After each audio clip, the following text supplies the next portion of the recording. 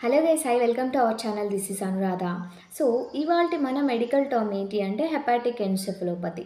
So hepatic encephalopathy అంటే ఏంటి? Hepatic అంటే మన హ్యూమన్ బాడీలో లివర్ సంబంధించింది. సో లివర్ని మెడికల్ టర్మ్లో హెపాటిక్ సిస్టమ్ అనేది అంటారనమాట. సో ఈ హెపాటిక్స్ ఎన్సెఫలోపతి అంటే ఏంటి అంటే మన లివర్లో అయితే ఈ బ్లడ్ సర్క్యులేషన్ అనేది జరుగుతుంటుంది కదా. సో బ్లడ్ సర్క్యులేషన్ జరుగుతున్నప్పుడు లివర్ ఏం చేస్తుంది అంటే ఈ బ్లడ్లో ఉన్న టాక్సిన్స్ అన్నిటిని తీసి బయటేస్తుంది అనమాట. సో అలా ప్యూరిఫై చేసిన బ్లడ్ని ఏమవుతుందంటే డైరెక్ట్గా మెదడుకి వెళ్తుందన్నమాట. సో ఇలాగ లివర్ నుండి ఈ బ్లడ్ అనేది మెదడుకైతే సరఫరా అవుతుంటుంది కదా.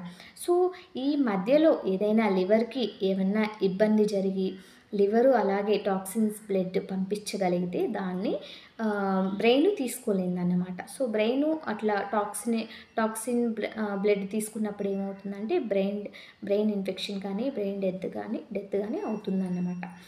సో సో ఇలాగా లివర్ ఎప్పుడైతే ఆ టాక్సిన్స్ బ్లడ్లో ఉండి టాక్సిన్స్ని బయట పడేస్తుందో సో అప్పుడు ఆ బ్లడ్ అనేది బ్రెయిన్కి సరఫరా అవుతుంటుంది.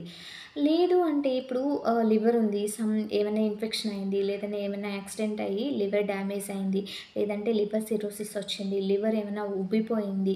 సో ఇలాంటి కారణాల వల్ల ఏమవుతుందంటే బ్రెయిన్కి సరిగ్గా బ్లడ్ అనేది అందదన్నమాట.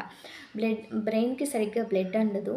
అండ్ వన్ మోర్ థింగ్ ఏంటంటే ఈ టాక్సిన్స్ ఉండే బ్లడ్ సరఫరా అవుతుందన్నమాట. సో ఇలాంటి కండిషన్నే హెపాటిక్ ఎన్సెఫలోపతి అని అయితే అంటారనమాట.